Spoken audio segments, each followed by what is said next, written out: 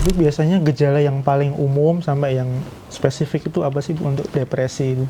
Nah, angka di 14 tahun itu mereka mulai menyayat, kemudian membenturkan kepala, mungkin juga minum zat-zat yang berbahaya gitu. Ketika kita sudah melihat seseorang mulai mengalami tanda-tanda atau gejala depresi, itu biasanya untuk pertolongan pertama atau semacam penanganannya itu seperti apa aja sih Bu? Kenapa usia remaja itu rentan? Karena kita tahu ya Mas, yang namanya remaja itu baru tahap percepatan perkembangan.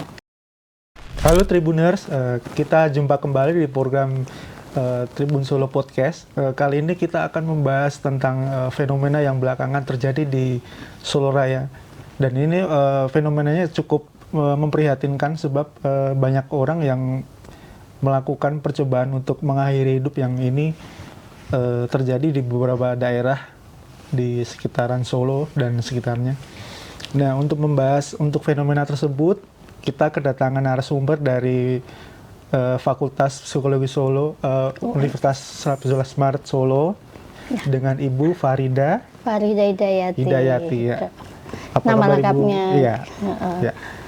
Langsung saja Bu ya, untuk pembahasan kita terkait fenomena tersebut juga tidak lepas dari gejala depresi atau gangguan kesehatan mental begitu ya Bu ya? Ya, betul. Mungkin untuk kasus itu sendiri Bu, sebenarnya untuk depresi secara umum itu penyebabnya apa sih Bu? Kenapa orang bisa sampai mengalami depresi begitu? Oke, jadi memang ini fenomena yang kompleks.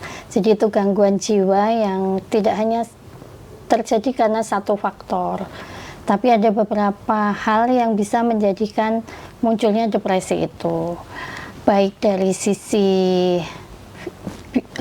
biologisnya. Biologis itu bisa dari sisi genetis, jadi ternyata bisa diturunkan Mas. Jadi seorang ibu dengan depresi bisa memiliki anak dengan depresi itu. Bisa juga karena gangguan atau ketidakseimbangan hormon, misalnya karena proses melahirkan itu kan perubahan hormonnya, atau juga perubahan musim itu sebenarnya juga bisa. Juga bisa karena masalah psikologis itu masalah kepribadian. Misalnya orang yang perfeksionis, ingin segala sesuatunya itu sempurna. Nah itu juga membuat orang bisa menjadi faktor risiko depresi. Juga misalnya adanya PHK dan lain-lain. Masalah putus cinta, mungkin juga masalah perekonomian, atau mungkin ini yang fenomena yang menarik ini karena mungkin remaja ini mungkin dengan masalah judol. Nah hal-hal seperti itu yang bisa menjadi penyebab munculnya depresi dan kemudian menjadi bunuh diri. Walaupun sebenarnya tidak selalu orang yang depresi itu jadi bunuh diri gitu. Kalau depresi sendiri apakah ada semacam tingkatannya begitu? Oh ada, jadi depresi itu dari tingkat ringan sampai berat. Nah jadi itu bukan gangguan perasaan seperti biasa aja ya. Kita pernah sedih Mas, Adi pasti juga pernah sedih, setiap orang pernah sedih. Tapi orang depresi itu kalau sudah berat, dia itu memiliki satu keadaan rasa sedihnya itu sangat mengganggu kehidupan fungsinya sebagai personal tadi, baik kehidupan sosialnya, kehidupan sekolah misalnya di sekolah, mungkin juga dalam keseharian. Mungkin kalau sekolah ya sampai tidak bisa mengikuti pelajaran atau tidak bisa mengerjakan tugas-tugas sekolah. Kalau masalah sosial dia menarik diri dari lingkungan, kemudian mungkin ada juga fungsi-fungsi personalnya, mungkin mau mandi males, berngurung diri terus di kamar, terus perubahan pola makan, nah gitu.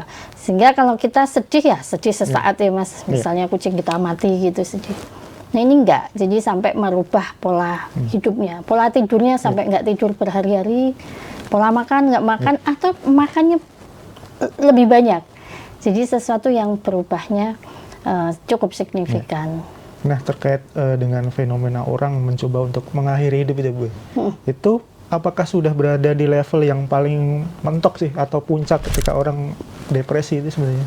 Ya, biasanya memang 80% orang yang menurut penelitian ini 80% orang yang depresi berat itu ujungnya bunuh diri. Tapi ketika depresi itu mendapatkan bantuan profesional, angkanya jauh menurun.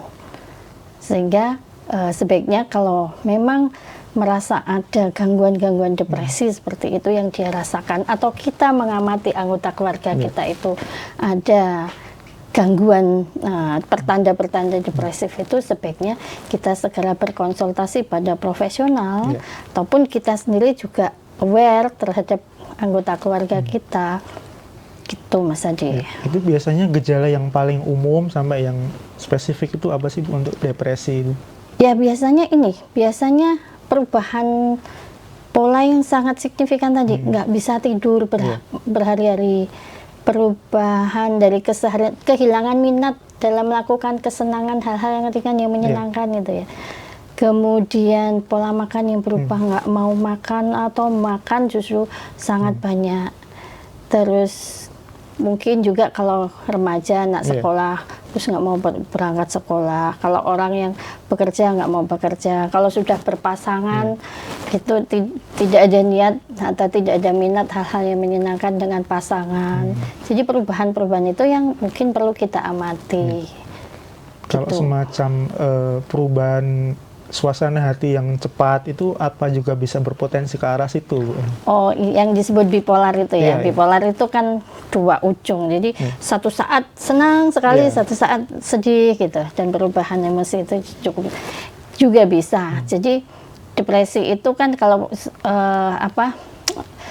keadaan depresif itu lebih ke sedihnya, tapi ketika manik dia bergembira, euforia, senang sekali gitu. Jadi fase-fase itu berubah dengan cepatnya gitu. Tadi kan disebutkan remaja juga cukup rentan ya Bu, mengalami depresi. Tapi kalau berbicara secara umum, apakah ada kelompok umur tertentu yang rentan mengalami itu, atau justru sebenarnya dari usia muda sampai yang tua pun juga begitu? Ya, semua orang punya potensi sebenarnya kalau keadaan depresi itu, tapi memang paling tinggi itu berdasarkan penelitian itu di usia remaja dan dewasa muda.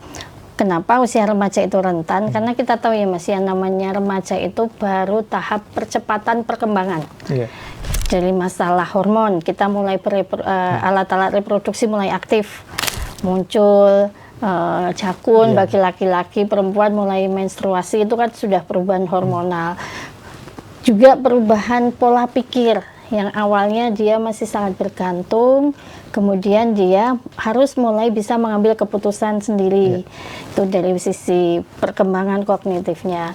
Belum perkembangan psikososialnya, di mana orang tua sudah menganggap mereka dewasa sehingga tidak perlu dipandu. Dan mereka mulai lepas dari orang tua, dan mereka mencari kelompok sebaya. Nah, di kelompok sebaya ini punya sesuatu potensi yang menyebabkan depresi juga. Misalkan penolakan, bullying, pelecehan. Nah, itu kan sehingga kompleks sekali kalau remaja itu. Sehingga potensinya untuk depresi itu lebih besar. Juga dewasa muda, di mana orang dewasa muda itu kan mulai meninggalkan masa remaja akhirnya. Gitu. Atau mungkin kalau beberapa orang di usia lanjut itu biasanya kalau sudah mengalami kondisi sakit kronis, nah terus juga permasalahan-permasalahan kehidupan sosial yang mungkin misalkan masalah ekonomi gitu, itu juga bisa menjadi pemicu. Tapi angka yang terbesar itu di remaja itu lebih banyak, ya. Artinya untuk pemantauannya itu idealnya seperti apa sih Bu?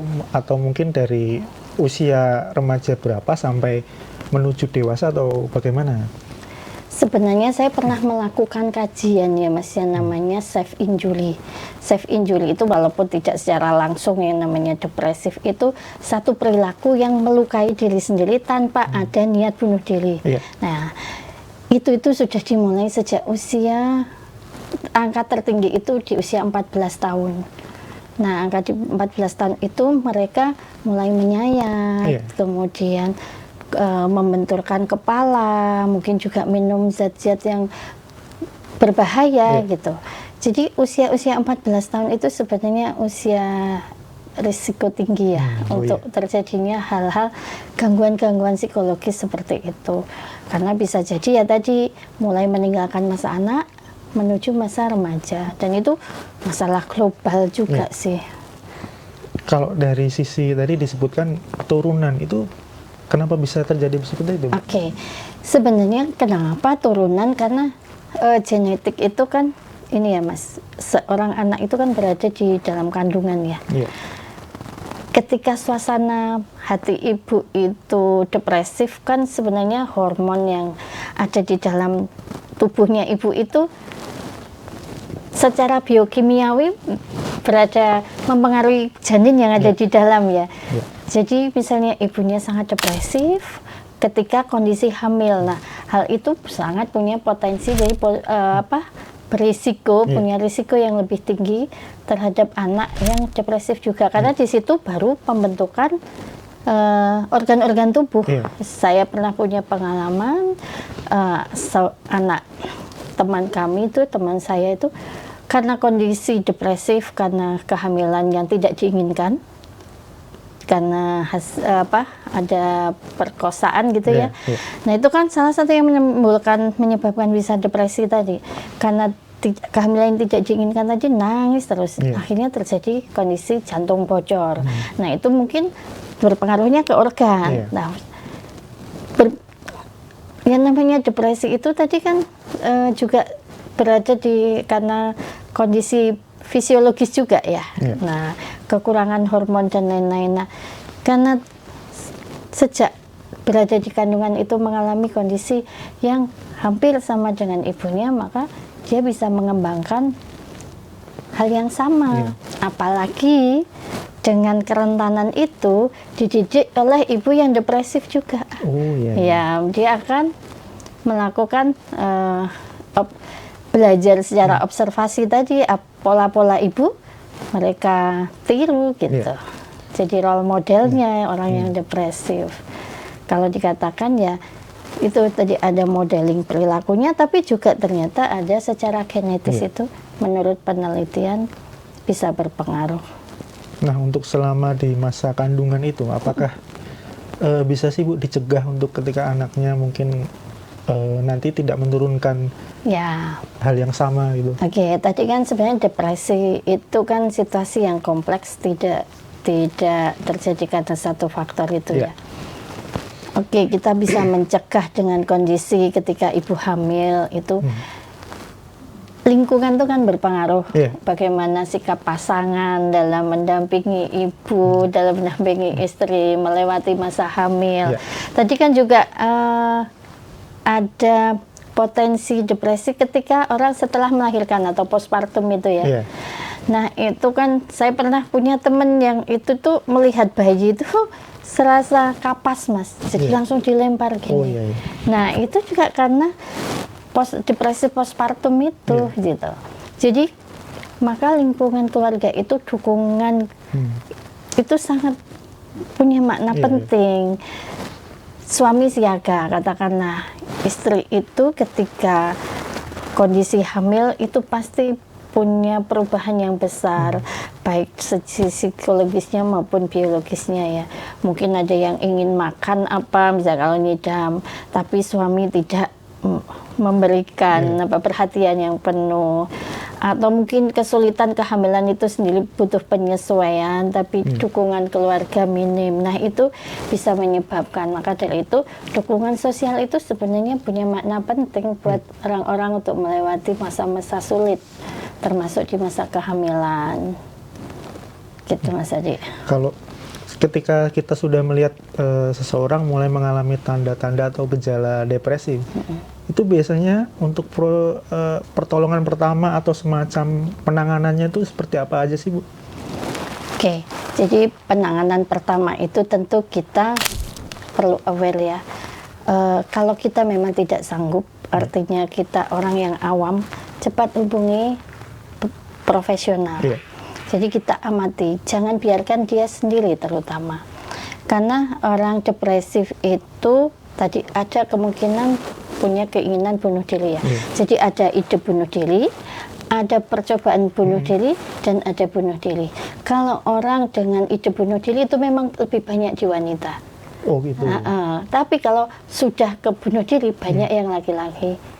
Nah, untuk mencegah hal-hal yang terjadi di situ, pertolongan pertama, tentu misalkan singkirkan alat-alat yang punya potensi bisa menjadikan dia alat bunuh dirinya. Tadi kan ada orang yang melukai diri tadi ya, entah itu senjata tajam, entah itu silet, entah itu minuman beracun. Nah, itu tuh dijauhkan. Kemudian dikawani, berilah dukungan, ketulusan, terus kemudian juga ajaklah.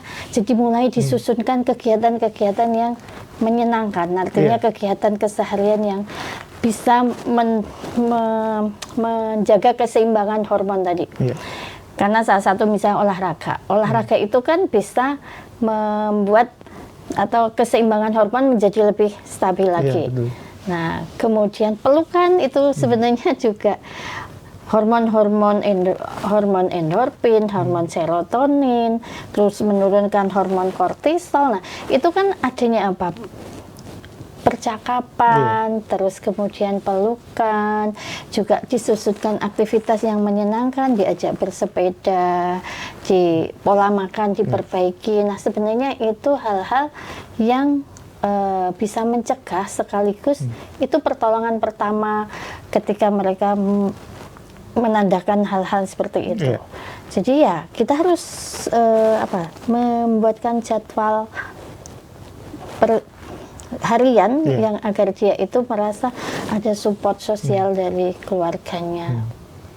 Untuk proses itu apakah membutuhkan waktu yang lama, Bu? Kemudian adakah potensi untuk kembali mengalami depresi juga setelah nantinya bisa dikatakan sembuh gitu? Ya, jadi masalah waktu kesembuhan itu kan sangat tergantung dengan tingkat keparahan depresinya ya. Tingkat keparahannya, kemudian kemampuan dia sendiri dalam menghandle masalah. Nah, juga kapasitas yang disediakan oleh keluarga tadi, mungkin diajak rutin berobat, juga diberikan memfasilitasi kegiatan-kegiatan tadi ya. Dan itu yang bisa mempengaruhi seseorang waktu kesembuhannya itu. Tapi apakah bisa relapse atau kambuh? Bisa.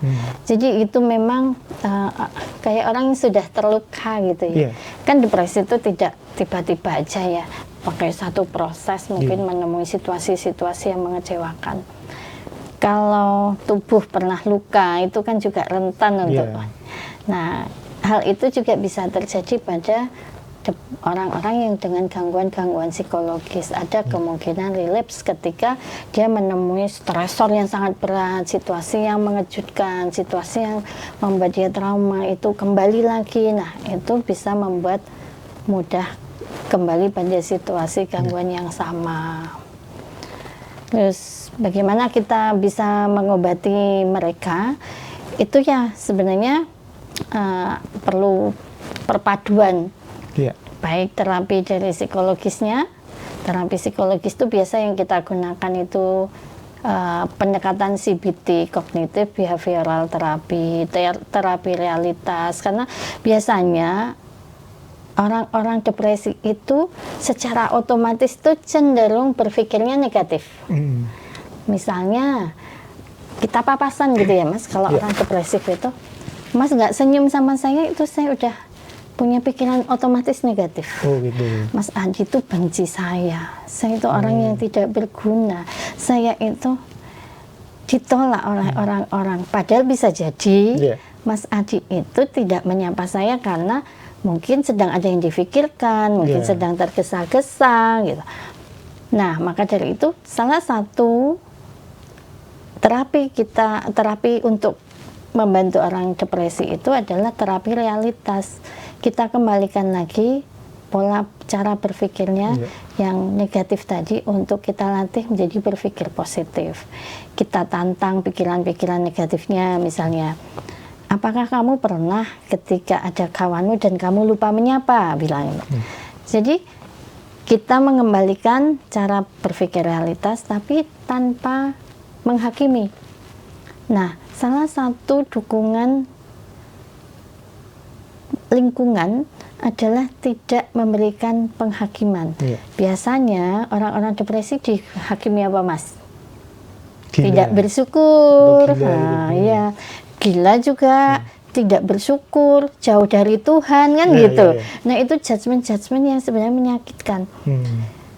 Dan itu yang membuat semakin merasa bersalah. Nah, padahal kadang tidak ada hubungannya dengan itu. Misalnya ya, tadi kekurangan hormon itu kan bisa memicu munculnya depresi. Nah, itu kan sebenarnya yang perlu diobati adalah kita stabilkan lagi kan, dengan cara alami maupun cara bantuan obat. Nah, salah satunya adalah bantuan psikologis, yang kedua bantuan obat. Obat boleh dilakukan psikiater.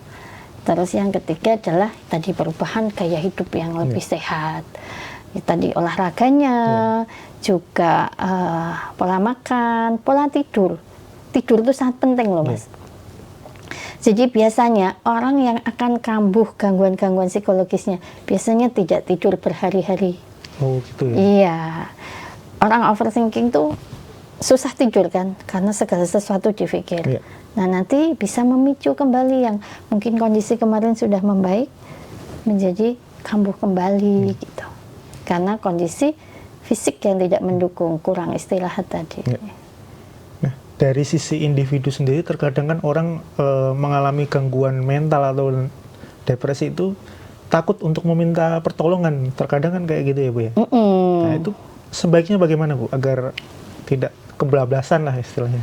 Ya, kenapa mereka takut itu sebenarnya ada beberapa hal. Yang pertama adalah takutnya judgement tadi ya, penghakiman tadi, atau stigma. Aku kalau depresi itu sama dengan orang gila. Nah, itu kan stigma.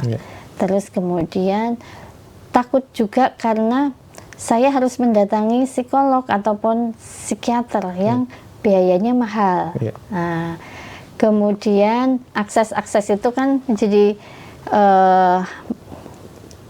di samping stigma, biaya juga menjadi. Maka sekarang sebenarnya banyak hal yang bisa kita Mas Git. Kalau saya ya, saya pernah mengembangkan satu modul pembelajaran atau yang namanya psikoedukasi, namanya Heroik. Nah, di Heroik itu saya mencoba memunculkan potensi-potensi positif dari remaja-remaja itu tadi, agar dengan kita sering berpikir positifnya atau berperasaan positif, itu sesuatu yang negatif itu dengan sendirinya mengecil. Jadi kita perbesar. Nah, kalau remaja itu takut untuk datang ke profesional, kebetulan saya ada juga yang namanya aplikasi yang kami kembangkan namanya Narajiwa. Nah, itu juga bisa diakses secara online. Nah, itu salah satu remaja jalan ke alternatif remaja untuk menjadi satu pencegahan atau juga mungkin intervensi yang sifatnya masih belum ke profesional. Kalau memang sudah berat harus ke profesional, Mas. Otomatis lingkungan sebenarnya harus peka. Kan berarti kalau tadi remaja berarti bu gurunya juga harus peka ya. Sekolah peka, orang tua peka, dan perkembangan itu, dan dekati mereka secara secara pendekatan yang hangat, penerimaan yang tulus, sehingga tidak ragu lagi untuk datang ke profesional. Baik. Dengan tantangan hidup yang semakin kompleks seperti saat ini, juga tekanan di dunia kerja atau di manapun itu, bagaimana sih, Bu, agar orang tetap tangguh dan mentalnya tetap sehat gitu? Ya, jadi kan sekarang ini kan dunia yang serba cepat ya, serba instan, itu juga mempengaruhi kesehatan mental remaja sih, Mas. Dan bagaimana kita bisa siap dengan keadaan itu? Banyak hal yang bisa kita latihkan, seperti misalkan kita belajar menghadapi masalah. Pembelajaran di sekolah tidak menekankan pada pembelajaran kognitif saja. Mulai kita kenalkan yang namanya emosi. Sebenarnya hal-hal kecil itu bisa berpengaruh kok Mas. Misalnya dunia yang instan ini, kita yang scroll itu sebenarnya juga berpengaruh Mas, karena video yang pendek itu membuat jarak fokus kita juga memendek. Nah, berarti media sosial kita kurangi. Hal-hal seperti itu perlu kita perhatikan. Kemudian lakukan aktivitas-aktivitas secara offline. Kita tambah pertemanan kita secara offline, karena pertemanan dengan dunia maya itu risiko cyberbullying, risiko pelecehan seksual melalui online itu juga tinggi. Kemudian yang namanya perkembangan digital yang begitu cepat itu punya potensi yang membuat seseorang depresif. Kenapa juga? Karena kita sering membandingkan secara sosial melalui medsos. Betul. Aduh, sudah ke luar negeri, aduh, dia cantik, filter, pakai kamera filter itu, terus iPhone sama yang non iPhone, itu kan juga membuat remaja lebih cepat tersulut emosinya. Maka sering kita untuk mengajarkan mereka menghadapi emosi. Nah, beberapa hari yang lalu, beberapa bulan yang lalu itu ada kawan saya yang sharing di satu mereka kan berada di luar negeri. Di luar negeri itu pembelajaran itu kita kondisikan dulu Mas. Kita menyadari sepenuhnya keadaan diri kita. Jadi apa yang kamu rasakan hari ini? Nah, kita peka terhadap emosi. Nah, salah satunya adalah kita latihan relaksasi. Latihan relaksasi atau mindfulness itu berarti kita mencoba bernafas dalam, kemudian mungkin juga olahraga yoga itu bisa membuat seseorang meningkat atau bisa meregulasi kondisi emosinya. Termasuk di sini mungkin juga bagi Indonesia itu sangat beruntung karena spiritual atau keagamaan itu masih banyak ditanamkan di keluarga. Nah, dalam penanaman agama jangan cuma menakut-nakuti, tapi lebih meningkatkan bagaimana sih hubungan dengan Tuhannya itu yang penuh kasih sayang. Bagaimana sih relasi dengan orang yang lain itu dengan penuh kebaikan. Itu yang salah satu modul yang saya kembangkan Mas, karena menambah kawan, berbuat kebaikan secara random itu membuat mental semakin sehat. Itu. Nah, tadi juga disebutkan kalau keluarga itu juga punya peran penting ya Bu ya, untuk menjaga seseorang agar kesehatan mentalnya tetap terjaga dan sehat. Tapi terkadang juga ada orang yang mungkin jauh dari keluarga atau lebih nyaman dengan teman atau itu bagaimana Bu sebaiknya? Ya, yang namanya keluarga itu kan ada fungsi edukasi, ada fungsi kasih sayang, ada fungsi spiritual. Nah, di situ itu kan kalau remaja sudah mulai menjauh dari keluarga ya. Tapi di usia dini kan harus ditanamkan sekuat mungkin. Di masa remaja harapannya ketika masa remaja mereka sudah punya dasar yang kuat. Dengan dasar yang kuat itu dia juga bisa memilih perkawanan yang baik. Karena lingkungan itu sangat mempengaruhi circle mereka. Kalau mereka salah memilih kawan, katakanlah mereka misalnya terlibat dengan alkohol, itu punya potensi yang juga menjadi circle yang tidak baik tadi bisa menjadikan berpotensi untuk munculnya gangguan-gangguan psikologis tadi, gangguan-gangguan mental gitu. Jadi peran keluarga ini adalah ya tadi kasih sayang, perhatian, non judgment gitu, itu harus kita latih, dan komunikasi yang hangat. Jadi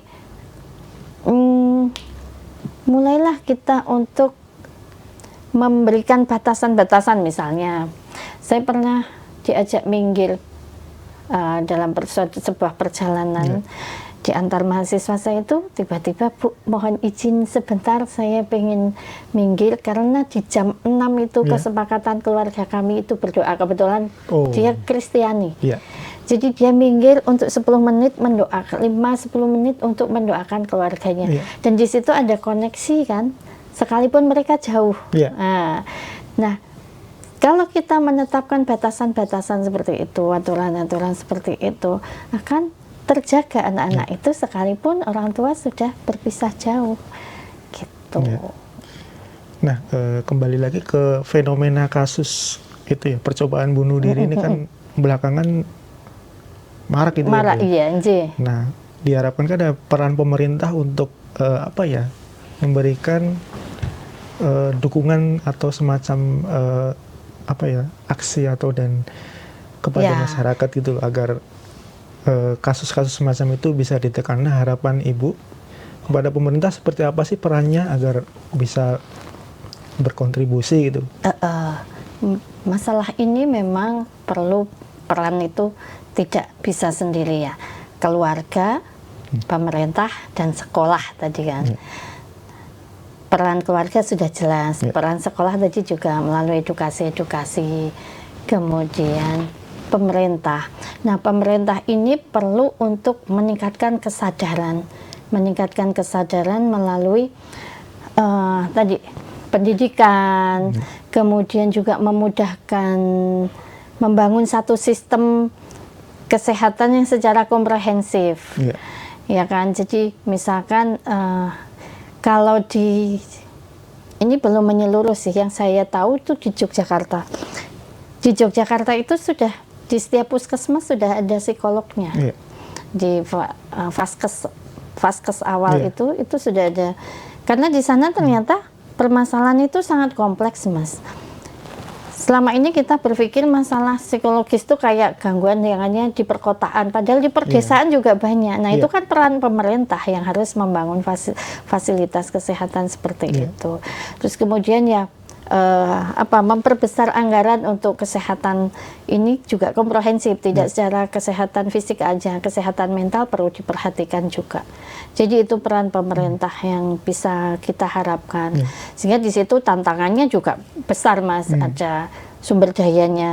Karena sekarang psikolog dan psikiater juga terbatas. Nah, karena psikolog dan psikiaternya juga terbatas, mungkin juga alternatif-alternatif yang dikembangkan melalui, karena banyak juga intervensi yang sifatnya online. Nah, penelitian-penelitian di perguruan tinggi itu mungkin bisa digandeng aplikasi-aplikasi yang seperti yang saya tadi udah dibuat oleh mahasiswa saya, Narajiwa, dan saya dengan modul heroik itu tadi, itu bisa diperluas lagi pemanfaatannya, dikenalkan di sekolah-sekolah. Nah, itu perlu didukung oleh pendanaan itu oleh pemerintah juga, karena kami bisa membuat aplikasi, tapi untuk kemudian pemerataan atau sosialisasi untuk yang lebih luas butuh peran pemerintah juga, nggak bisa kami secara mandiri gitu. Nah, tadi disebutkan Ibu layanan itu sebenarnya idealnya setiap puskesmas harus ada nggak sih, atau mungkin itu sangat membantu sekali itu kalau di setiap puskesmas sudah ada. Dan mungkin juga sekarang kalau programnya KB itu dulu bisa berhasil, itu kan dari Posyandu juga ya. Nah, itu jadi kita mulai juga membekali para kader-kader Posyandu itu dengan deteksi dini gangguan-gangguan yang sifatnya ringan, sehingga nanti pencegahan gangguan mental itu bisa terdeteksi lebih awal. Misalnya, jadi sekarang dulu Posyandu kan hanya ada anak berkembang menjadi Posyandu lansia. Nah, nanti Posyandu ini juga untuk perhatian ke masalah kesehatan mental. Jadi di situ akan dibekali bagaimana bisa mendeteksi anggota keluarga yang mengalami gangguan-gangguan. Tuh. Terakhir Ibu, ini kan semacam depresi dan gangguan kesehatan mental itu terkadang banyak disepelekan dengan orang-orang gitu. Mereka masih menganggap itu hal yang remeh. Nah, Ibu ada pesan nggak untuk orang-orang yang menganggap hal itu masih sesuatu yang biasa aja gitu? Ya, jadi depresi itu jangan diabaikan, karena yang namanya gangguan mental itu butuh satu intervensi, butuh satu perhatian agar tidak menjadi lebih buruk lagi keadaannya. Secepatnya kita tangani atau kita ajak, kalau kita belum bisa menangani, kita ajak ke profesional gitu loh. Kita jangan ragu. Maka jangan merasa bahwa orang yang memiliki gangguan jiwa, gangguan mental itu adalah aib keluarga, satu hal yang harus ditutupi, hal yang harus disembunyikan, dan nanti akan menjadi parah. Yang namanya gangguan jiwa itu namanya ibarat sebenarnya sama saja sakit ya. Nah, kalau sakit segera diobati, segera ditangani agar tidak menjadi parah. Yang kedua, pencegahan itu bisa dilakukan ketika keluarga itu hadir sepenuhnya untuk anggota keluarga yang lain. Jadi kita perlu untuk mengkampanyekan bagaimana keluarga itu saling memberi dukungan, dan juga pencegahan itu tadi kan bisa dengan banyaknya aktivitas yang menyenangkan ya.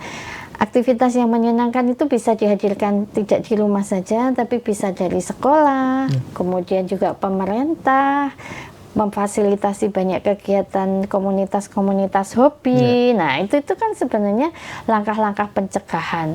Tapi kita juga nggak boleh abai dengan mereka yang sudah mengalami, yang memang butuh pengobatan, bukan sekedar pencegahan.